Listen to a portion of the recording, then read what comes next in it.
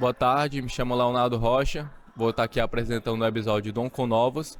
Onconovos é um podcast produzido pela clínica Oncovi, Centro de Oncologia, Hematologia e Terapia Biológica, pelo NOC, Núcleo de Oncologia e Hematologia do Ceará, e pelo IBISP, a qual faço parte, sou estudante de medicina e estou aqui na presença do nosso doutor Sano Cavaleiro. Boa tarde, doutor. É um grande prazer estar aqui e poder compartilhar algumas de nossas perspectivas sobre oncologia com vocês. Perfeito, agradeço demais a oportunidade de estar entrando nessa discussão. Estamos aqui ao vivo no 7º Simpósio de Oncologia e Oncohematologia e Imunoterapia. E vamos estar aqui discutindo um pouco sobre atualizações, sobre oncologia, sobre o que mais importa na prática clínica. Perfeito? O Dr. Sano Cavaleiro, se o senhor me permitir, vou apresentar o senhor. É mestre em Oncologia e Ciências Médicas, especialista em Cancerologia Clínica e Oncologia Clínica, membro titular da Sociedade Brasileira de Cancerologia e da Sociedade Brasileira de Oncologia Clínica, além de full member da European Society of Medical Oncology. Doutor, primeiramente queria perguntar para o senhor o que é que o senhor está achando do simpósio até agora? Bom, Leonardo, só tenho coisas boas e assim me impressionou de uma maneira muito positiva. Um evento deste é para a gente tomar como base e se inspirar para fazer em outras regiões. Um evento de enorme magnitude, abrangendo várias áreas e o mais importante, hoje a oncologia acabou aquele momento que eu só tratava a oncologia era baseada no tratamento de um médico. Não, a gente tem vários médicos para tratar o mesmo paciente. E isso foi extremamente demonstrado aqui nesse simpósio, onde mesas contendo cirurgiões, patologistas, radiologistas. E isso, na verdade, é a base do tratamento oncológico, a multidisciplinaridade. E o Congresso está de parabéns por abraçar tão bem esse item que é a multidisciplinaridade. É um termo muito abordado, inclusive, né? Até mesmo durante a faculdade de medicina, a equipe multi, a importância dela no tratamento do paciente. E Leonardo, bom, eu falei hoje sobre câncer de pulmão e já vou lhe dar um dado importante, já que a gente está falando sobre multidisciplinaridade. Existe um estudo muito robusto onde as curvas de sobrevida se afastam completamente, ou seja, mostrando ganho de sobrevida global. E na hora que você olha, você pensa, que tratamento é esse? Não é tratamento. Apenas os pacientes que foram discutidos numa mesa multidisciplinar versus os pacientes que tiveram sua conduta tomada por um médico.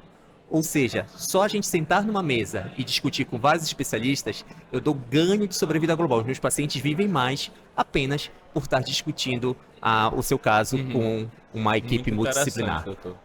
Doutor, o senhor tem mais de uma palestra aqui, o senhor acabou de dar uma, inclusive brilhantemente essa aula incrível sobre câncer de mama. O senhor ainda tem mais uma outra de câncer de pulmão? Hoje a gente vai dar duas palestras. Eu vou falar um pouco sobre câncer de pulmão daqui a pouco, e que a gente tem vários avanços. E acabei de dar uma aula sobre câncer de mama, onde também, eu sou suspeito para falar, né? Eu vou falar que as minhas áreas, se você falar com o urologista, vai falar que a área dele teve mais avanços, com o cardio, a área dele, eu vou falar da minha área. Vai puxar para a sua. Sim, exatamente. O senhor pode comentar um pouquinho sobre a aula que o senhor acabou de dar sobre o câncer de mama? A aula que a gente falou sobre câncer de mama, eu abordei especificamente uma medicação mais nova e que é praticamente que tem revolucionado a oncologia. Só para você ter uma ideia, tem um estudo que foi apresentado, que foi publicado, onde diz que a oncologia passou por várias metamorfoses. E com certeza a atual metamorfose está baseada nessa classe de medicamentos, que a gente chama anticorpos conjugados à droga. Então são remédios que eu tenho um anticorpo junto com uma droga e vai agir especificamente num subgrupo de pacientes. E se eu consigo identificar esse subgrupo, eu tenho respostas maravilhosas, que até pouco tempo atrás eram inimagináveis. Antigamente, só para você ter uma ideia, câncer de mama, sobrevida mediana de uma paciente com câncer de mama metastático chegava a 12 meses, 13 meses. Hoje, a mediana passa facilmente dos 5 anos. Isso mediana, tem paciente que vive muito mais, graças a esses avanços que a gente tem visto cada vez mais. Perfeito, doutor. E agora, comentando um pouco sobre o câncer de pulmão, né? Quando a gente está falando de câncer de pulmão, o que é que o senhor acha que é o mais importante de ser abordado, de ser discutido É o diagnóstico, é o tratamento? Bom, a gente tem uma tendência, Leonardo, até mesmo na nossa formação, e eu te digo que é uma falha, que é a gente combater já o efeito. Ou seja, depois que eu desenvolver o câncer, eu começar a tratar. Tivemos avanços maravilhosos. Então, a gente já fala até mesmo em cura de pacientes com câncer de pulmão metastático, é o câncer que mais mata no mundo hoje, eu consigo falar. Mas a gente acaba esquecendo do mais importante, coisa que nossos avós, você é muito mais novo do que eu, então seus bisavós ou tataravós já falavam pra gente. Prevenção é melhor do que remediar. Então, embora a gente fale sim sobre grandes avanços, como eu acabei de falar, a gente está curando pacientes com câncer de pulmão metastático, mas sem dúvida nenhuma a gente não pode deixar de comentar sobre a prevenção. Perfeito, doutor. É outro tema também que rende muito assunto e que, mesmo sendo bastante discutido, precisa ser sempre reabordado, né? Sempre reabordado. Quando eu falo de câncer de pulmão, a gente lembra, obviamente, tabagismo. E graças a Deus o Brasil é um dos carros-chefes mundiais da campanha de combate ao tabagismo. Hoje a gente fuma muito menos do que outros países. A gente tem uma taxa de tabagismo muito baixa, graças a Deus. Mas eu não quero falar sobre tabagismo, não quero só poupar o câncer de pulmão. Se eu quiser falar de câncer como um todo, eu não posso esquecer do básico, e o básico está cada vez mais difícil. Atividade física, uma boa alimentação, uma boa qualidade de sono. Ou seja, ter qualidade de vida. Você tendo qualidade de vida, você consegue reduzir. Veja bem, Leonardo, a atividade física e uma dieta balanceada não existiriam aproximadamente 30 a 40% dos casos de câncer que eu tenho hoje se todo mundo tivesse uma dieta balanceada e fosse ativo fisicamente. Como considerava esse dado, né, doutor? Não existe hoje na oncologia nenhuma medida com tamanha magnitude do que você se alimentar bem e ter atividade física. Que é a famosa mudança do estilo de vida, né? Mudança do estilo de vida. Cada vez mais a gente tem que dar atenção para isso. Sei que eu vou falar sobre câncer de pulmão, já falei sobre câncer de mama, vamos ter maravilhosas palestras aqui dos mais diversos assuntos. Mas veja, você fazendo isso e olha, eu estou falando de oncologia, mas o benefício vai para saúde mental, perdão, cardiológica, endócrino e etc. Então, a gente nunca pode esquecer do básico. Embora eu fale de drogas que foram gastos milhões e milhões de dólares para o seu desenvolvimento, mesmo hoje custam realmente muito caro. E veja, eu não estou falando contra elas, elas são maravilhosas, né? Curam pacientes com toxicidade lá embaixo. Mas eu não posso também deixar de falar de medidas muito mais simples que todo mundo poderia fazer, que é o estilo de vida. Que tem seu papel, né? Exato. Doutor, e ainda sobre o câncer de pulmão, o que o senhor diria que é o principal desafio para o futuro quando a gente está falando dele? Perfeito. Então, falando sobre câncer de pulmão, especificamente, lógico, eu acabei me detendo muito mais na prevenção, mas a gente não pode esquecer do resto, ou seja, um diagnóstico precoce também, um diagnóstico adequado, com radiologia do saber exatamente onde está a doença, a biópsia, o anatomopatológico tem que ser maravilhosamente, tem que ser perfeito.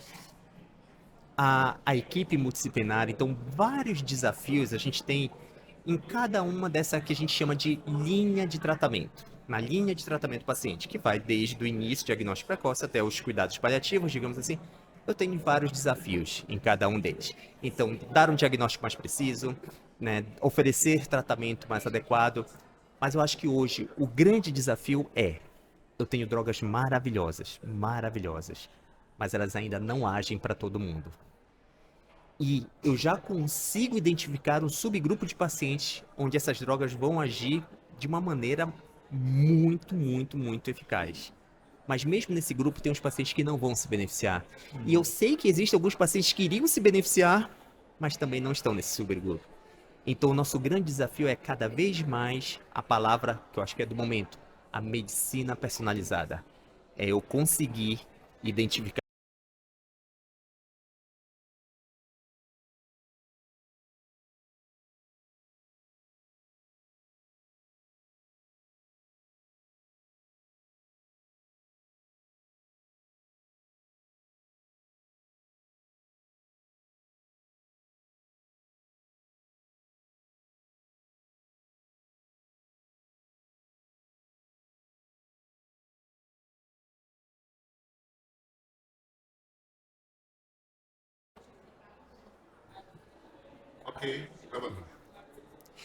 Então, temos vários desafios em vários pontos do que a gente chama de linha de tratamento, que vai desde o diagnóstico até os cuidados paliativos.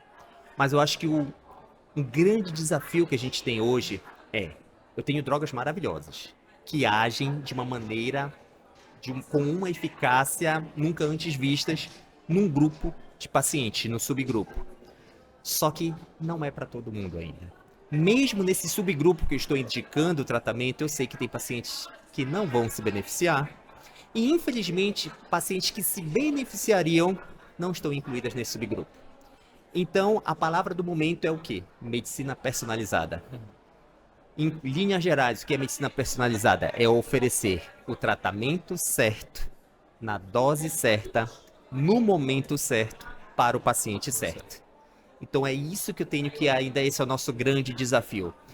Quando eu acerto, você vê respostas assim que, assim, como se fosse, a gente fala, filme de Hollywood, né? Pacientes que muitas vezes estavam já com os dias contados e a gente consegue tirar ele de uma UTI e deixar ele praticamente assintomático. Mas tem aqueles pacientes que acabam não respondendo. Então eu consegui identificar o paciente certo para o meu tratamento certo. Esse eu acho que é o grande desafio. Porém, evoluímos muito. Eu vou lhe falar, eu não vou comparar com o tratamento que eu fazia há 20 anos atrás. Porque isso não tem nem como comparar. Mas eu vou lhe falar, comparando o tratamento de 2 anos atrás, de 5 anos atrás, a gente já melhorou muito. Só para você ter uma ideia, em câncer de pulmão, Leonardo, há 8 anos atrás, paciente com metástase, 10% dos pacientes estavam vivos em 5 anos. Esse é o dado que eu tenho, há 8 anos atrás. Hoje, se eu identificar um paciente com uma alteração chamada ALK, esse paciente, a probabilidade de estar vivo daqui a 5 anos é de 70%. Eu saí de 10% e joguei para 70%. E assim, eu tô falando a probabilidade de estar vivo. Se ele vai viver 5 anos, 10, 15, 20 anos, a gente não sabe. O que eu preciso fazer é identificar com cada vez mais precisão quem são esses pacientes para oferecer o tratamento certo. Personalizar, né? Personalizar o tratamento. Essa é a palavra do momento. Doutor, perto de finalizar aqui, o senhor já comentou muito sobre prevenção, que é um dos pontos que a gente costuma ter mais foco aqui em tentar abordar. Queria que o senhor desse uma dica final sobre prevenção para quem está nos assistindo. Perfeito.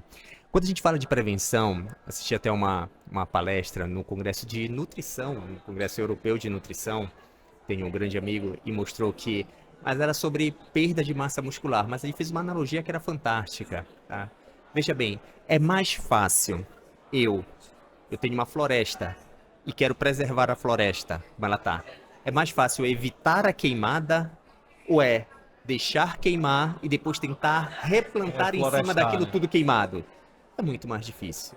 Então, se a gente fala de prevenção como um todo, é muito mais fácil eu prevenir do que eu tentar, né, depois de ter, né, já todo o efeito, tentar resolver. Então a prevenção é o momento mais importante. Assim, eu tenho que ser honesto porque senão dá a impressão que se o paciente for diagnosticado com câncer, então acabou a vida. Não, eu tenho todos esses avanços que nós falamos. Mas se eu puder prevenir, é muito melhor. E a prevenção, a gente já falou agora no início, é uma maneira simples, é uma maneira básica, é a maneira mais eficiente. E eu vou lhe falar uma coisa que eu gosto muito sobre atividade física. Só para você ter uma ideia, existe um estudo, né, clássico dentro da oncologia chamado os Hallmarks of Cancer. A gente começou com 6, foram para 10, hoje são 14. Eu tenho drogas caríssimas que agem em cada um desses hallmarks, que é como se fosse uma alteração que eu preciso ter para desenvolver o câncer. Então eu tenho 14 pontos onde eu tenho que ter uma alteração e eu tenho drogas que agem nesses hallmarks, caríssimas. A atividade física age nos 14 ao mesmo tempo. É a única medida que eu tenho hoje em dia que consegue agir em todos os hallmarks of cancer ao mesmo tempo. Então assim, atividade física, dieta, evitar bebida alcoólica. Mas eu bebo só socialmente. A bebida social está relacionada a 7 tipos diferentes de câncer. Tabagismo, não vou nem falar. Então, se você mantiver isso, você já reduz a probabilidade de você ter câncer em aproximadamente 40 a 50%. Tão simples, mas tão eficaz, né, doutor? Exatamente, é isso. Doutor, muito obrigado pela sua participação. Agradeço demais a sua presença, a sua disponibilidade de estar aqui com a gente discutindo um tema tão importante que é a oncologia. E dentro da oncologia, a prevenção e o combate, né? Que é o que a gente quer mais focar hoje em dia. E agradeço também a quem não está nos assistindo.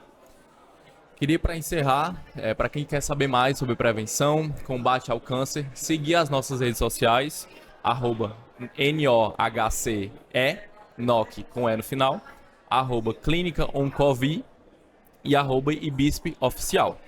Também aproveite para compartilhar nosso podcast. Vamos falar sobre prevenção e combate ao câncer. Clínicas NOC, Oncovi, Instituto IBISP. Semiano Cuidado. Muito obrigado. Muito obrigado.